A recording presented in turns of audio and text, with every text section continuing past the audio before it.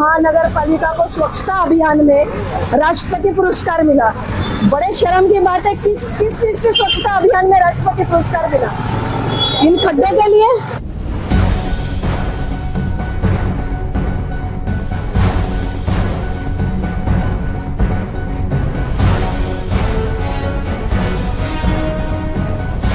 असली कामं तुमची चालणार नाही। यानंतर तुम्हाला सुद्धा याच खड्ड्यात टाकू, जसं रिक्षाचं टायर तुटलं तसं तुम्हाला कसं तोडता येईल याचे सुद्धा आम्ही प्रयत्न करू। केस अधिकारी राधा विनोद शर्मा को क्या कहेंगे? अरे वो तो यार साइंटिस्ट है, वो आदमी साइंटिस्ट है। इतनी बड़ी बड़ी बातें करते हैं, इतना बड़ा बड़ा वो वादे देते हैं कि वहाँ ऐसी ऐसी बातें बताते हैं कि आदमी को गुमराह कर देते हैं वो टेक्निकली।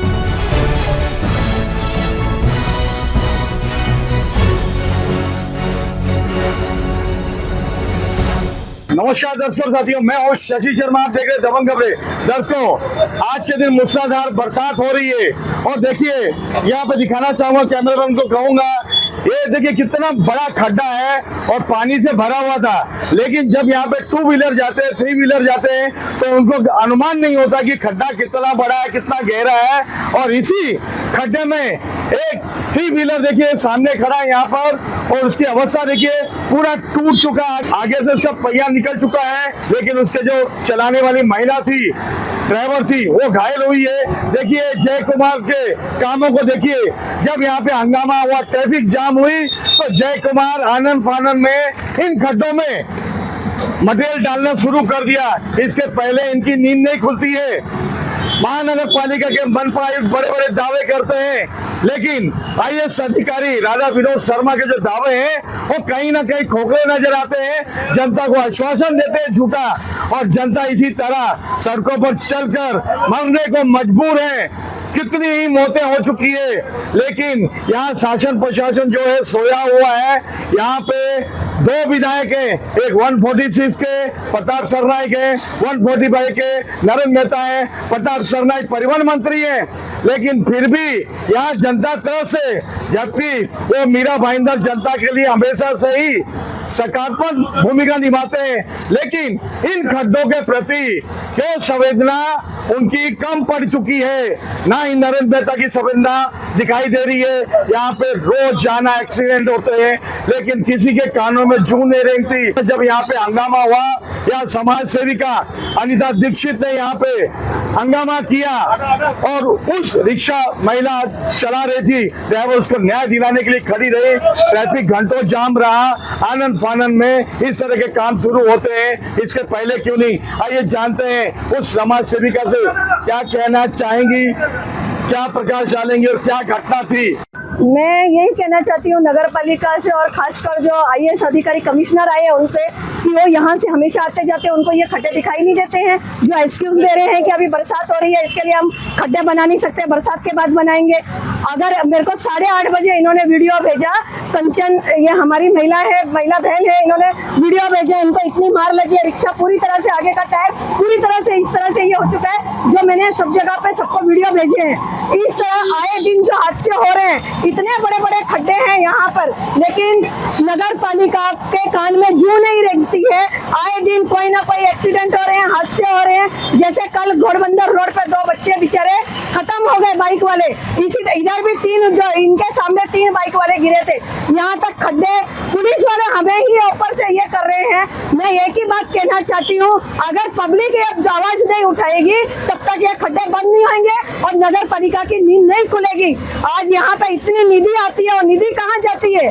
करोड़ों की निधि आई, करोड़ों की निधि कहाँ गई? रोडों की हालत वही की वही है। मेरा नाम कंचन विश्वकर्मा है। मैं नगर पालिका से पैसेंजर लेके ब्रांड फैक्ट्री आई थी और ब्रांड फैक्ट्री पैसेंजर छोड़ के रिटर्न हो रही थी। ये खड्डे में मेरा पहला टायर गया और पूरी तरह से मेरी गाड़ी भी खराब हो गई और मुझे भी पूरी तरह लगा है।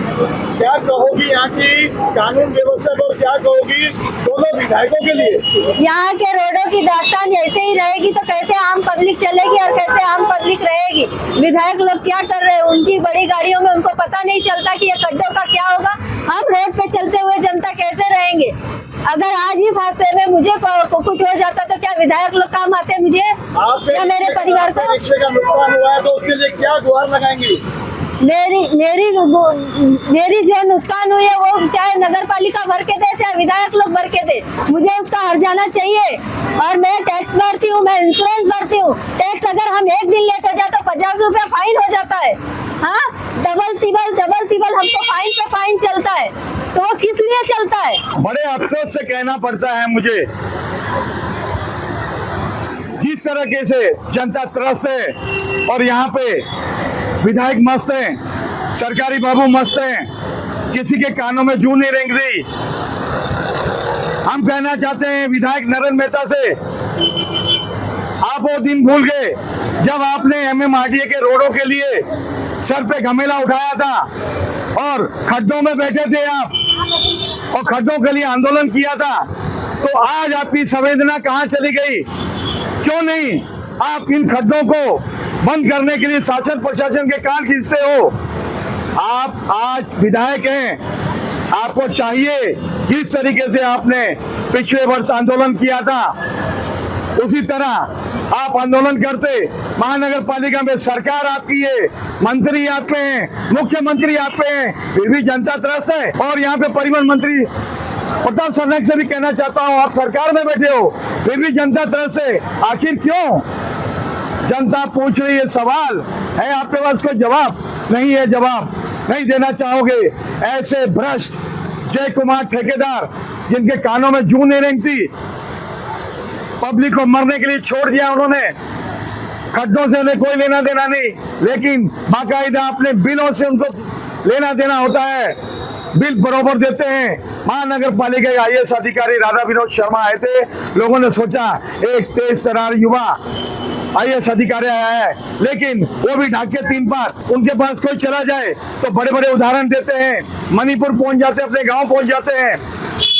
लेकिन उन्हें ज्ञात होना चाहिए उसी MMRDA में कार्यरत थे, वो वहां से कार्य करके आए हुए हैं। कम से कम जनता का ध्यान रखो, नहीं तो जनता बहुत समझदार है, जनता सब कुछ जानती है। ये आपको तक तो ताज देगी तो आपको सीट से उतार भी देंगी। आइए जानते हैं कुछ मनसे के नेताओं से क्या कहना चाहेंगे। शहराच्या आतमध्ये जे मुख्य रस्ते आहेत किंवा आतमधले रस्ते आहेत, सर्व रस्त्यांची दुरवस्था खड्ड्यांनी भरलेले आहे। पूर्ण शहरातले रस्ते हे खड्डेमय झालेले आहेत। त्या अधिकाऱ्यांना जाग येत नाहीये। लोक जे पक्षाचे पदाधिकारी असो किंवा सामान्य नागरिक असो, जनता असो, आंदोलन करते, या नागरिकांना सांगते, माननीय आयुक्त साहेब एक नंबर लोकांपर्यंत पोहोचवतायत की या नंबरवर तुम्ही संपर्क करा, त्या ठिकाणी आल्यानंतर आम्ही खड्डे बुजू।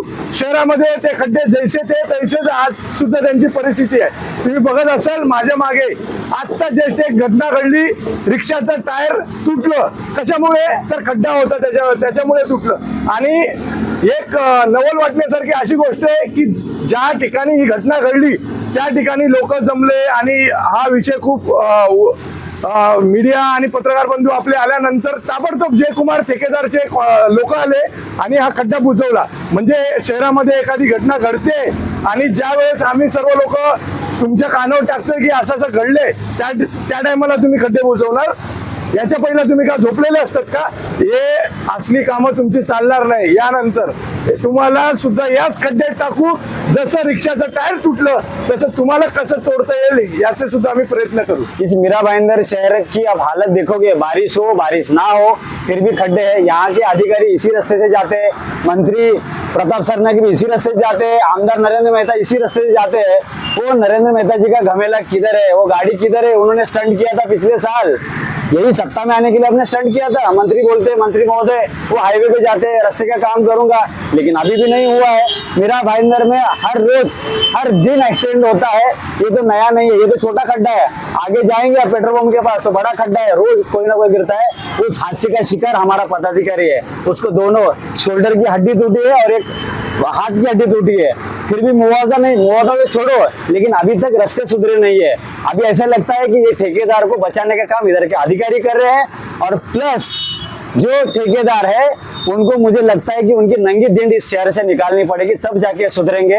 या तो गड्ढों में बिठाना पड़ेगा अधिकारी को भी और उस कॉन्ट्रैक्टर को भी। साले सब के सब साले चोर है, चोर है, पैसा खा रहे हैं और रास्ता तो बनता नहीं, लोगों की जिंदगी के बारे में लोग खिलवाड़ कर रहे हैं। आज ऐसे ही हो रहा है। मैं तो चाहता हूँ कि इनका घर का कोई आदमी मरे तब इनको मालूम पड़ेगा कि दुख दर्द क्या होता है। इसके लिए लोगों की पीड़ा, लोगों का दुख इनको सामने नहीं आ रहा है, दिख नहीं रहा है। मैं आपके माध्यम से कहना चाहता हूँ कि जल्द से जल्द इस रोड का सलूशन निकाले, नहीं तो आपको गड्ढों में बिठा के उस गड्ढों का पानी से आपको निलाएंगे हम लोग। आईएएस अधिकारी राधा विनोद शर्मा को क्या कहेंगे? अरे वो तो यार साइंटिस्ट है, वो आदमी साइंटिस्ट है, इतनी बड़ी बड़ी बातें करते हैं, इतना बड़ा बड़ा वो वादे देते हैं कि वहाँ ऐसी ऐसी बातें बताते हैं कि आदमी को गुमराह कर देते हो टेक्निकली। अरे टेक्निकली ये होता है, टेक्निकली वो होता है, ये होता है। अरे टेक्निकली रास्ता तो बनाओ, फिर बाद में आप हमको टेक्निकल की भाषा समझाइए। में पहले थे जिनके जिनमें रोड है, अभी यहाँ पे बीएमसी के कमिश्नर बने, क्या कहेंगे? मैं वही बोल रहा हूँ कि अगर आप एमएमआरडे के अधिकारी थे, आप नॉलेजेबल हो, आईएएस अधिकारी हो, हम तो चलो सड़क छाप, हम तो साले हम क्या बोलते हैं, हम अशिक्षित लोग हैं, लेकिन आप तो शिक्षित हो, आपको तो इस चीज का नॉलेज है। आप तो कम से कम रास्ते के बारे में तो ख्याल करो। आपका रोज आना जाना है इस शहर में, आप प्रभात फेरी निकालते हो, तो प्रभात फेरी के दौरान आपको रास्ते दिखते नहीं, खड्डे नहीं दिखते हैं, लोगों का तकलीफ नहीं दिख रहा है, एक्सीडेंट हो रहे हैं। मुझे तो लगता है ना इन अधिकारियों को कुछ पड़ी नहीं है, खाली पैसा कमाने का, परसेंटेज लेना है। देखिए किस तरह से सभी ने एक सुर में कहा है कि अब वो नौबत आ चुकी है कि अधिकारियों को खड्डे में बिठाना पड़ेगा। ये जय कुमार जैसे देखे बेशरम इंसान हैं ये लोग, इनको भी खड्डे में यहाँ बिठाना पड़ेगा, तब इनको पता चलेगा कि किसी की जिंदगी से कैसा खेला जाता है। लेकिन शर्म नहीं आती किसी को। शहर की जनता को मरने के लिए छोड़ दिया है, अपने हाल पे जीने के लिए छोड़ दिया है, लेकिन जैसे चुनाव आएंगे वैसे ही दरवाजों पे पहुंच जाएंगे, बड़ी बड़ी बातें करेंगे, लुभावने सपने दिखाएंगे, बड़े बड़े ऐसे ऐसे सपने दिखाएंगे कि मानो यूं लगता है कि सारे सपने उसी दिन पूरे कर देंगे। लेकिन चुनाव जीतने के बाद रंग और रूप दोनों बदल जाते हैं। अब देखना है हमारी इस खबर के बाद किस तरह का संज्ञान यहाँ की महानगर पालिका लेती है, जय कुमार लेते हैं और यहाँ के दोनों विधायक लेते हैं। क्योंकि आज हमने पहली बार सभी को खरी खरी बातें कही है और यहाँ पे जो लोग आए थे उन्होंने भी खरी खरी सुनाई है। अब तो थोड़ा बहुत उनको सोचना पड़ेगा और सोचने के लिए मजबूर होना पड़ेगा। कैमरा मैन प्रमाण मिल के साथ शशि शर्मा।